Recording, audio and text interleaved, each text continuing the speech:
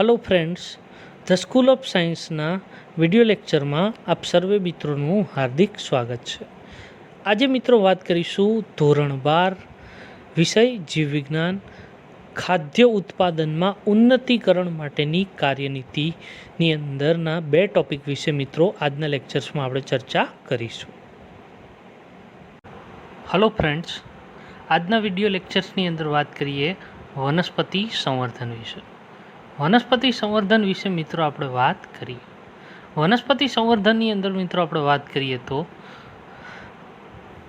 શું છે વનસ્પતિ સંવર્ધન એમના વિશે જે છે એ આપણે વાત કરીએ। પહેલાં મિત્રો જોઈએ તો કે વનસ્પતિ સંવર્ધનની અંદર વાત કરીએ મિત્રો તો પારંપરિક ખેતી જે છે આપણી,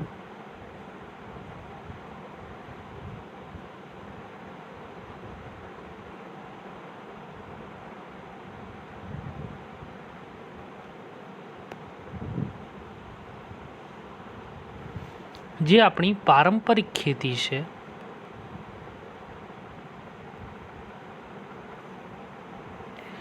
આપણે જે છે મિત્રો હજારો વર્ષોથી જે છે પારંપરિક ખેતી જે છે એ કરતા આવ્યા છીએ। હવે આ પારંપરિક ખેતી જે છે, પારંપરિક એટલે કે પરંપરા અનુસાર, પારંપરિક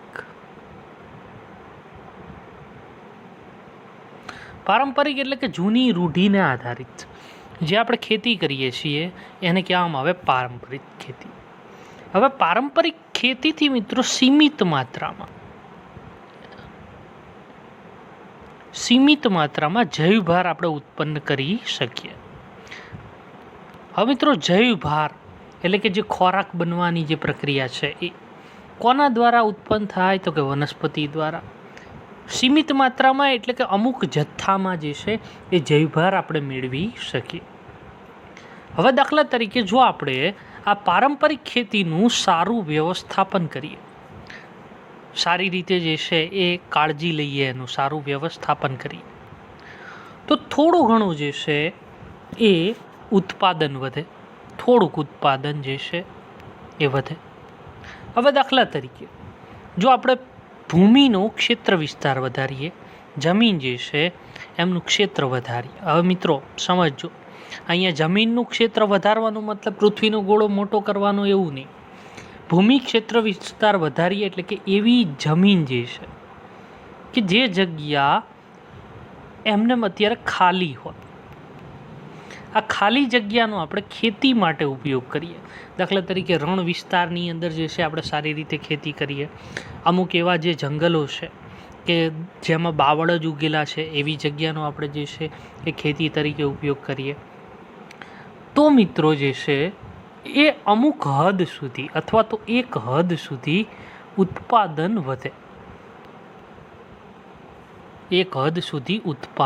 વધે, પરંતુ ખૂબ વ્યાપક પ્રમાણમાં આપણે ઉત્પાદન વધારી શકીએ નહીં। હવે મિત્રો વસ્તી જે છે વધતી જાય છે।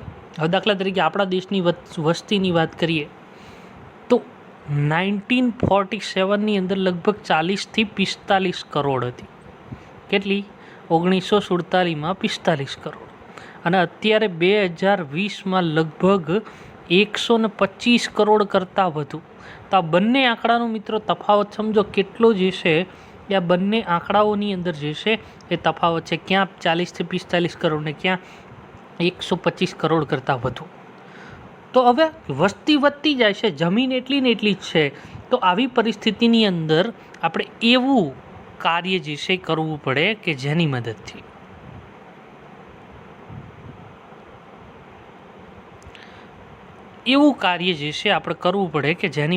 જે છે એ આપણે વધુમાં વધુ જે છે એ ઉત્પાદન મેળવી શકીએ। હવે એની અંદર આપણે વાત કરીએ મિત્રો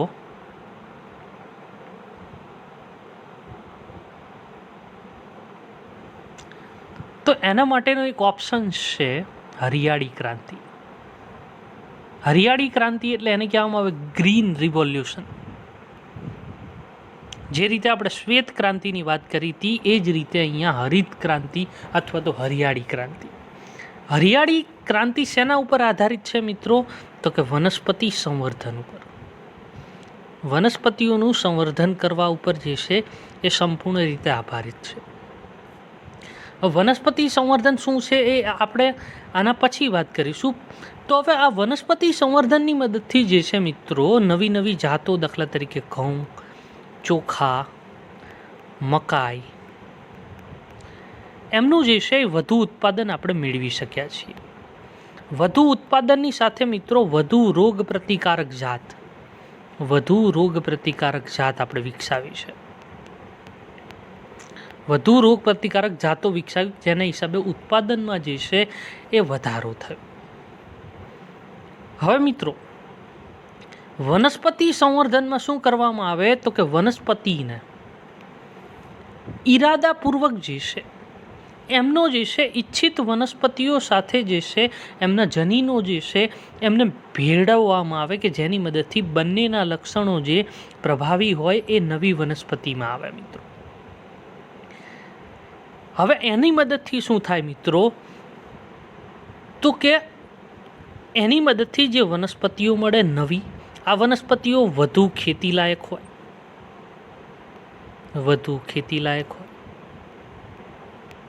વધુ સારું જે છે ઉત્પાદન વધુ આવે.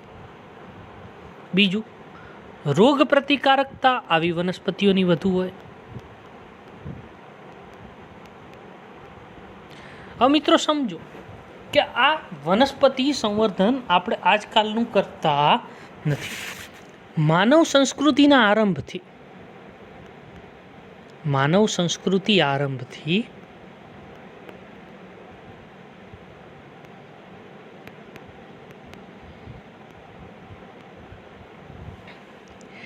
આ પ્રક્રિયા જે છે એ પારંપરિક રીતે જે છે એ પહેલાં શરૂઆતમાં પારંપરિક રીતે સંવર્ધન કરવામાં આવતું હતું. અત્યારે જે છે એ લેબોરેટરીનો અને બાયોટેકનોલોજીનો પણ ઉપયોગ કરીને કરવામાં આવે છે.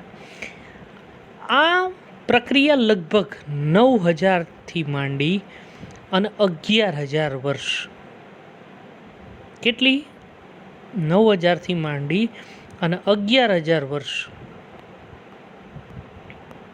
પહેલાંના એટલે કે પૂર્વેના, કે માનવ સંસ્કૃતિના આરંભથી અત્યાર સુધી 9,000 વર્ષથી માંડીને 11,000 વર્ષ સુધીના પૂર્વેના લેખિત પુરાવા જે છે મિત્રો હાજર મળે છે. કોના તો કે વનસ્પતિ સંવર્ધનના લેખિત પુરાવા મળે છે મિત્રો.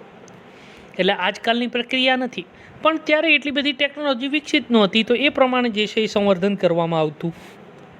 અત્યારે વધુ વિકસિત ટેકનોલોજીની મદદથી જે છે એ કરવામાં આવે છે. હવે આપણે વાત કરીએ કે અત્યારના જે પાક છે એટલે કે હાલના કેટલાક પાક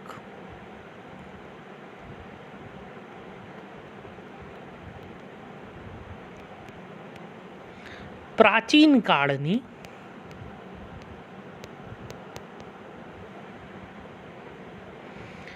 વ્યવહારિક કેળવણી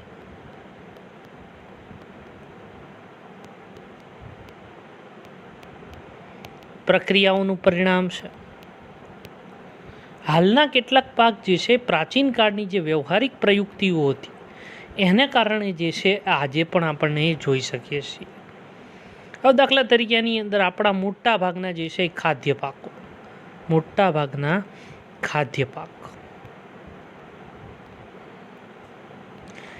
એ વ્યવહારુ જાતિઓમાંથી જ જે છે મિત્રો ઉત્પન્ન થયેલા છે. હવે આની અંદર શું કરવામાં આવે, વનસ્પતિ સંવર્ધનમાં શું કરવામાં આવે, એકદમ ઉત્તમ હોય, ઉત્કૃષ્ટ હોય એવી વનસ્પતિના શુદ્ધ વંશક્રમ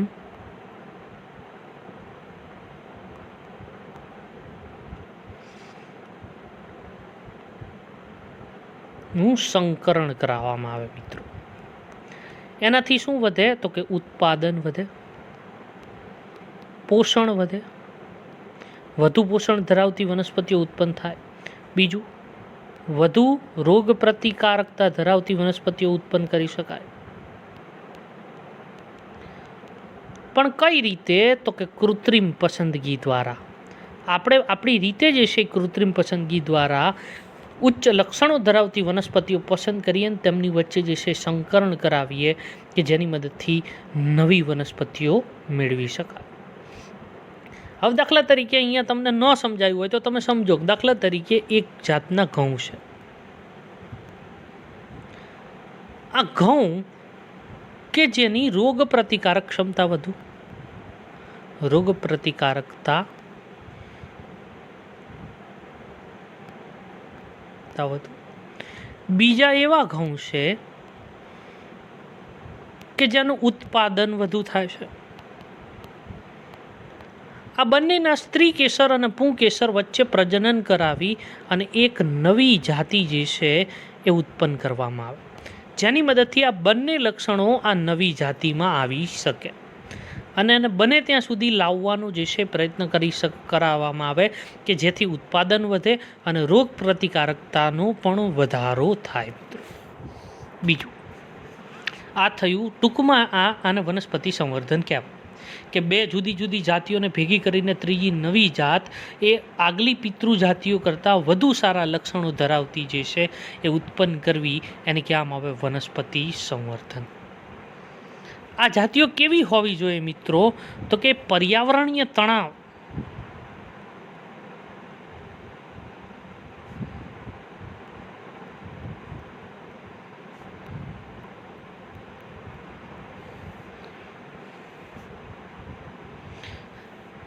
દાખલા તરીકે વધુ ક્ષાર હોય ઘણી જગ્યાએ ભૂમિમાં, દરિયા કિનારો નજીક હોવાને કારણે, ઊંચું તાપમાન હોય, દાખલા તરીકે રાજસ્થાન, કચ્છનું રણ, વધુ શુષ્કતા હોય, રાજસ્થાનની અંદર વરસાદ જે છે મિત્રો ઓછો પડે છે. તો આવા ક્ષેત્રોમાં પણ કેવી હોવી જોઈએ? સહનશીલ હોવી જોઈએ. એનું ઉત્પાદન જે છે એમાં ઘટાડો ના આવવો જોઈએ. બીજું રોગ પ્રતિકારક હોવી જોઈએ, રોગો સામે જે છે એ રક્ષણ મેળવતી હોવી જોઈએ અને પૂરતું ઉત્પાદન આપવી જોઈએ. આવી જાતિઓ જે છે એ વનસ્પતિ સંવર્ધનની મદદથી જે છે એ વિકસાવવામાં આવે છે. મિત્રો હવે મિત્રો આપણે વાત કરીશું, અહીંયા તમે આગળ જુઓ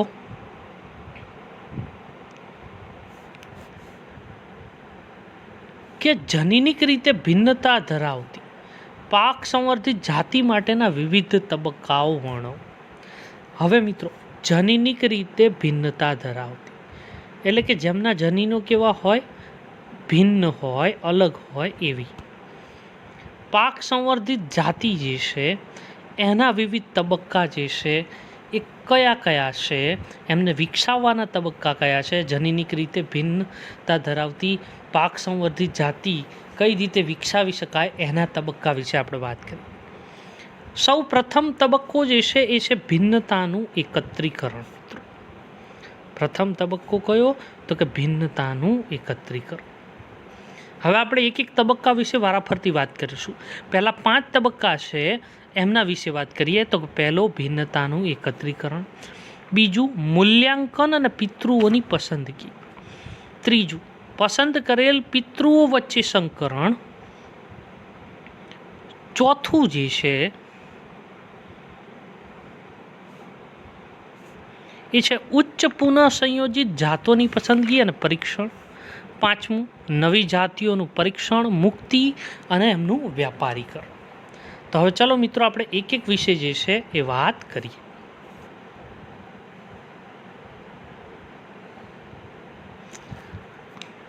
હવે એક એક વિશે વાત કરીએ મિત્રો. તો આપણો પહેલો પોઈન્ટ જે છે એ છે ભિન્નતાનું એકત્રીકરણ.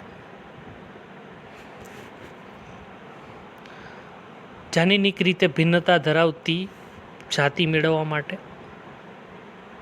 ભિન્નતાનું એકત્રીકરણ.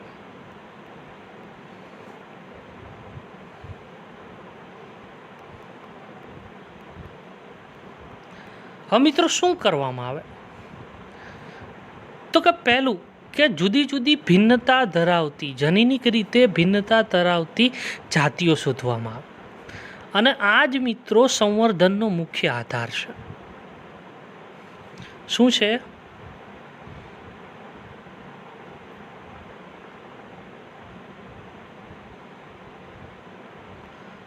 સંવર્ધનનો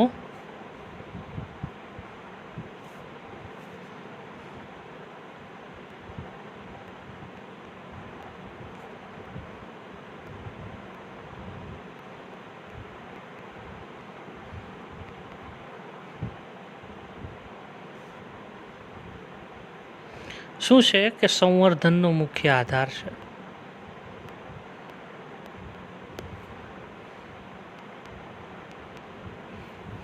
બીજું, સંવર્ધનનો મુખ્ય આધાર એટલા માટે છે મિત્રો કે જુદી જુદી ભિન્નતા ધરાવતી જાતિઓ, કોઈકની રોગ પ્રતિકારક ક્ષમતા વધુ હોય, કોઈકનું ઉત્પાદન વધુ હોય, કોઈકની ઊંચાઈ વધુ હોય, માટે આવી જુદી જુદી ભિન્નતા ધરાવતી વનસ્પતિઓને એકત્રિત કરવામાં આવે.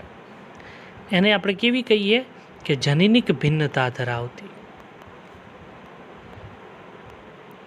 આવી જાતિઓ ક્યાં હોય મિત્રો?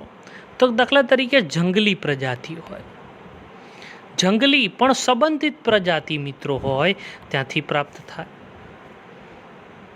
આની અંદર કેવી હોય તો કે જંગલી જાતિઓ હોય, એને સંબંધિત જે છે એ પ્રજાતિ હોય, અથવા તો સંવર્ધિત જાતિઓનું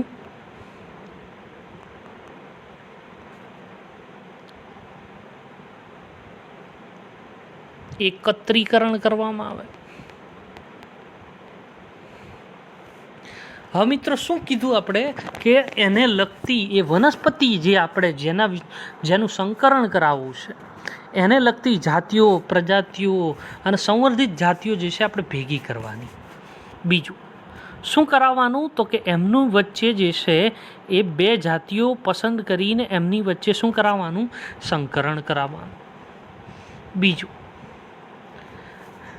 હવે જે પણ કંઈ અહીંયા આપણે જાતિઓ એકઠી કરી છે એ બધાના વૈકલ્પિક કારકો, બધા જે જનીનો છે એમના વૈકલ્પિક કારકો. હવે દાખલા તરીકે ઊંચાઈ માટેનું લક્ષણ ધરાવતા 2 કે 3 કારકો હોય, આવા કારકોનું સંગ્રહણ અને જનન રસ સંગ્રહણ કહેવાય. કેવું કહેવામાં આવે એમને મિત્રો? જનન રસ સંગ્રહણ કહેવામાં આવે છે. બધા કારકો વિશે જે છે એ આપણી પાસે માહિતી હોવી જરૂરી છે. આ થયું ભિન્નતાનું એકત્રીકરણ અને એમની વચ્ચે આપણે શું કર્યું? સંકરણ કરાવ્યું. હવે મિત્રો શું બીજો પોઈન્ટ શું છે? બીજો પોઈન્ટ છે મિત્રો મૂલ્યાંકન.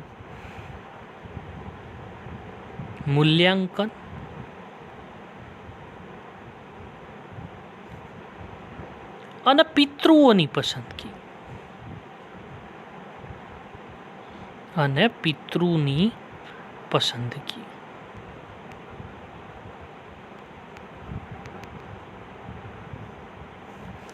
હવે મિત્રો શું કરવામાં આવે કે પહેલા તો આપણે કોનું મૂલ્યાંકન કરવાનું? જનન રસનું. બીજું, આપણને જેવી જાતિ જોઈતી હોય એવા ઈચ્છિત લક્ષણ ધરાવતી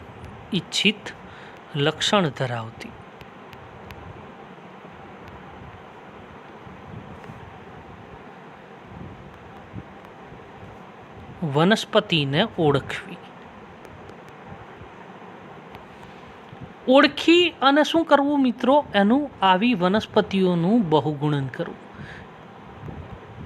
બહુગુણન કરવાથી શું થાય કે આપણે જ્યારે પ્રેક્ટિકલ કરવું હશે ત્યારે ઘણી બધી આવી વનસ્પતિઓ જે છે એમની જરૂરિયાત પડશે. એટલે બહુગુણન એમના જનીનોનું કરવાને કારણે જે છે મિત્રો આપણને ઘણું બધું લાભ થશે.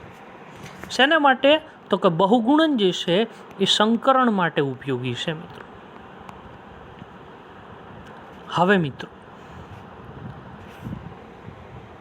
હવે જે છે એ ઈચ્છનીય અને બને ત્યાં સુધી શુદ્ધ સંતતિ ઉત્પન્ન કરવામાં આવે.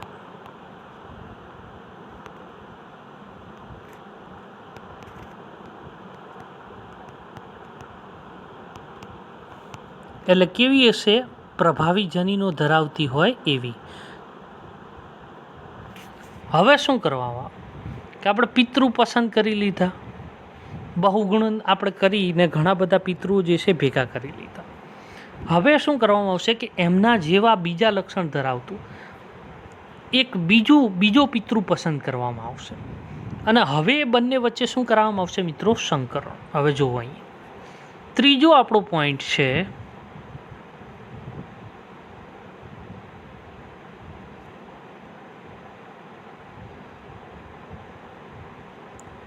પસંદ કરેલ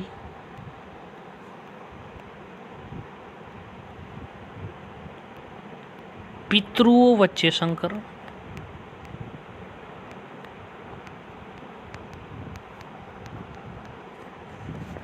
હવે મિત્રો સમજો, ઈચ્છિત લક્ષણોનો સમન્વય ધરાવતું. ઈચ્છિત લક્ષણો એટલે દાખલા તરીકે આપણે પિતૃ 1 પસંદ કર્યું. હવે આ પિતૃ 1 જે છે એમાં પ્રોટીન મૂલ્ય જે છે એ ઘણું બધું છે.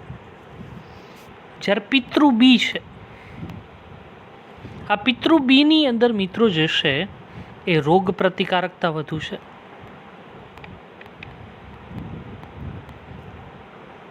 આ બંને વચ્ચે સંકરણ કરાવવામાં આવે અને મિત્રો નવી જાતિ જે છે ઉત્પન્ન કરવામાં આવે, નવા જનીનો ધરાવતી, કે જેમાં ઉચ્ચ પ્રોટીન મૂલ્ય પણ હોય અને રોગ પ્રતિકારક શક્તિ પણ જે છે એ વધુ હોય. એ બંને પિતૃઓનો સમન્વય છે મિત્રો. આ પ્રક્રિયા જે છે ખૂબ જ લાંબી છે, કંટાળાજનક છે, સમય વેડપતી પ્રક્રિયા છે મિત્રો. આપણને એમ થાય કે આની પરાગરજ આની ઉપર છાંટી દેવાથી થઈ જાય એવું જરૂરી નથી. હવે શું કરવામાં આવે મિત્રો કે અહીંયા ઈચ્છિત નરની પરાગરજ, દાખલા તરીકે પિતૃ એ નો નર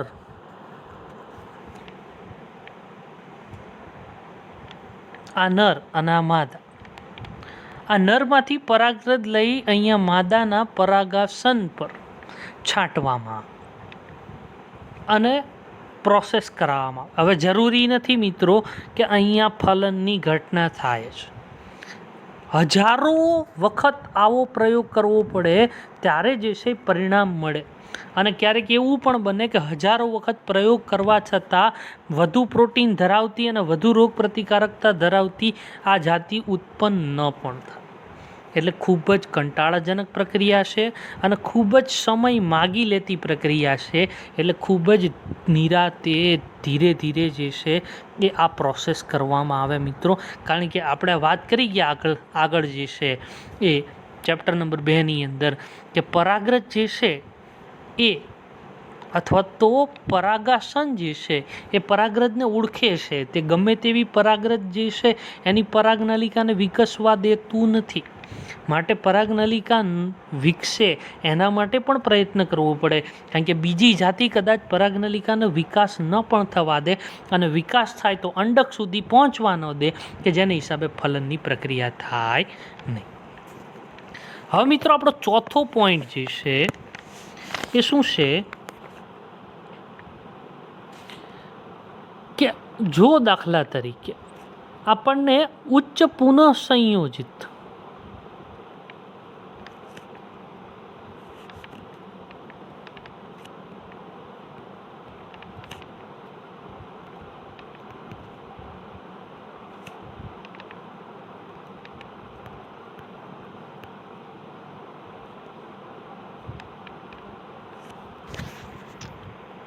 જાતિ મળી ગઈ તો એની પસંદગી અને પરીક્ષણ.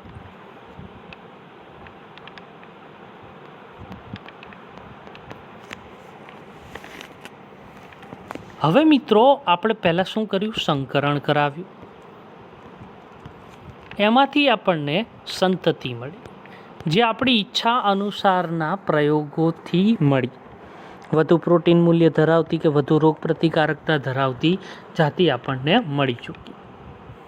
હવે એમાંથી પણ જે છે એ ઈચ્છિત લક્ષણોનો સમન્વય ધરાવતી વનસ્પતિની પસંદગી કરવામાં આવે. એમનું જે છે એ સાયન્ટિફિક રીતે એટલે કે વૈજ્ઞાનિક ઢબે મૂલ્યાંકન કરવામાં આવે.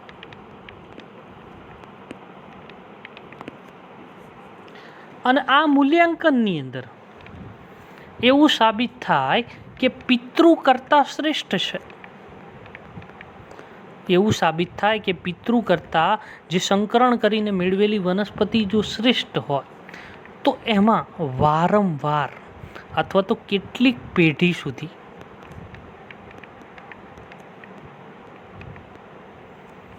સ્વપરાગનયન કરાવવામાં આવે. સ્વપરાગનયન પ્રેરવામાં આવે. હવે સ્વપરાગનયનથી શું થશે મિત્રો? તો કે સ્વપરાગનયનથી પ્રભાવી જનીનો જે છે એ ભેગા થશે, એટલે કે સમયુગ્મતા વધશે.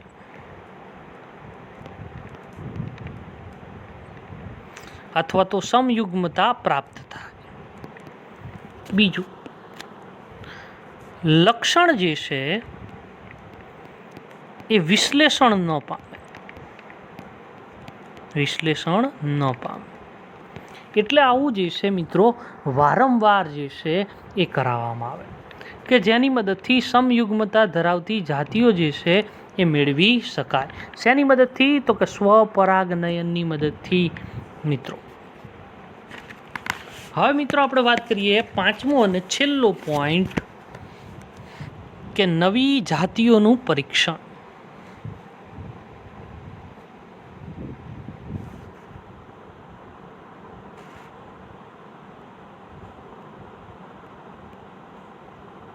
નવી જાતિઓનું પરીક્ષણ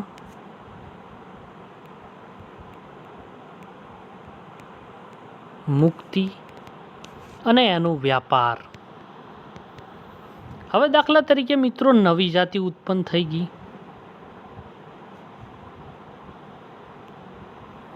આ નવી જાતિનું સૌ પ્રથમ શું કરવામાં આવે મિત્રો? તો કે ઉત્પાદન કરવામાં આવે. ઉત્પાદન કરીને મિત્રો શું કરવામાં આવે? કે એની પેદાશ મેળવવામાં આવે. એમની રોગ પ્રતિકારકતાનું મૂલ્યાંકન કરવામાં આવે.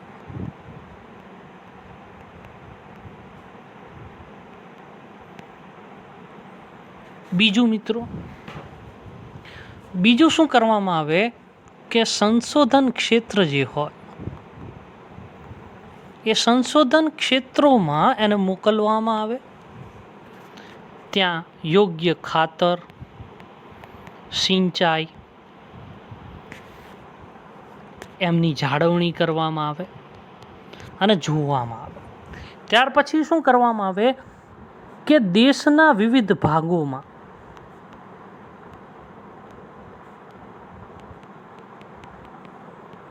તેને મોકલવામાં આવે અને લગભગ 3 ઋતુ સુધી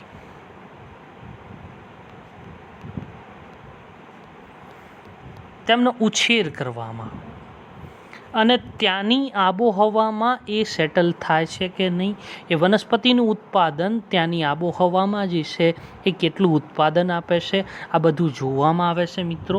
અને ત્યાર પછી એની તુલના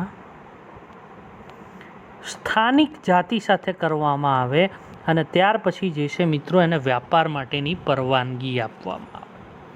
તો આ મિત્રો આખી પ્રોસેસ જે છે એ નવી જાતિના ઉત્પાદન માટેની છે. હવે હું તમને એકવાર રિવિઝન કરાવી દઉં. આપણે શું કીધું હતું મિત્રો? પ્રથમ જે છે એ ભિન્નતાનું એકત્રીકરણ. તો કે જનીનિક રીતે ભિન્નતા જે છે એ સંવર્ધન કાર્યક્રમનો આધાર છે. હવે મિત્રો બે ભિન્નતા ધરાવતી વનસ્પતિઓ જ ન હોય તો સંવર્ધન કાર્યક્રમ થઈ શકે નહીં. શું કરવામાં આવે કે સંબંધિત જાતિ પ્રજાતિઓ જે છે એમનું એકત્રીકરણ કરવામાં આવે. આ સંકરણ પહેલાંની જરૂરિયાત છે. પછી શું કરવામાં આવશે કે એમાં જે પણ કંઈ જનીનો છે એના જેટલા વૈકલ્પિક કારકો છે એમનો જનન રસ જે છે એમનો સંગ્રહ કરવામાં. ત્યાર પછી એમના મૂલ્યાંકન કરવામાં આવે ને પિતૃઓની પસંદગી કરવામાં.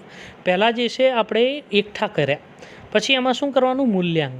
મૂલ્યાંકન એટલે આપણે જે રીતની પસંદગી, દાખલા તરીકે કોઈકની અંદર આપણે વધુ ઉત્પાદન ક્ષમતાવાળી જાતિ જોઈતી હોય, વધુ રોગ પ્રતિકારકતાવાળી જાતિ જોઈતી હોય, તો એવા પિતૃઓની શું કરવામાં આવે? પસંદગી કરવામાં આવે. જનન રસનું શું કર્યું? જનન રસ અહીંયા સંગ્રહ કર્યો. હવે એનું શું કરવાનું છે? મૂલ્યાંકન. ઈચ્છિત લક્ષણોનો સમન્વય ધરાવતી વનસ્પતિને અહીંયા શું આપણે કીધી? ઓળખવાની, એમનું મૂલ્યાંકન કરવું. પછી એમનું બહુગુણન કરવાનું કે જેને હિસાબે પ્રેક્ટિકલની અંદર આપણે વધારે લઈ શકીએ. બીજું, અને ઈચ્છનીય અને શક્ય હોય તો શુદ્ધ સંતતિ ઉત્પન્ન કરવામાં આવે. હવે શું કરવામાં આવે કે જે પહેલાં આપણે ભિન્નતાની એકત્રીકરણ કર્યું, પછી એમનો જનરસ મેળવ્યો, પિતૃઓની આપણે પસંદગી કરી કે કયા પિતૃઓ સવિશેષ છે. હવે જે બે પિતૃ આપણે પસંદ કરશું એમની વચ્ચે સંકરણ કરાવવામાં આવે.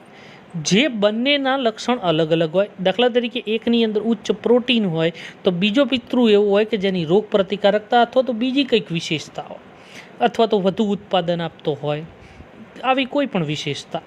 ટૂંકમાં બે જુદી જુદી વિશેષતાઓને ધ્યાને રાખી અને એમની વચ્ચે શું કરાવવામાં આવે? પર સંકરણ કરાવે. એનાથી શું થાય? સંકર જાતિ પેદા કરી શકાય. આ પ્રક્રિયા કેવી છે? તો કે કંટાળાજનક છે અને વધુમાં વધુ જે છે એની અંદર સમય લાગે છે. શું કરવામાં આવે કે ઈચ્છિત નર પિતૃની પરાગરજ માદા પિતૃના પરાગાસન પર જે છે એ સ્થાપિત કરવામાં આવે કે જેને કારણે મિત્રો શું થાય? તો કે લક્ષણોનું જે છે એ જોડાણ થાય મિત્રો.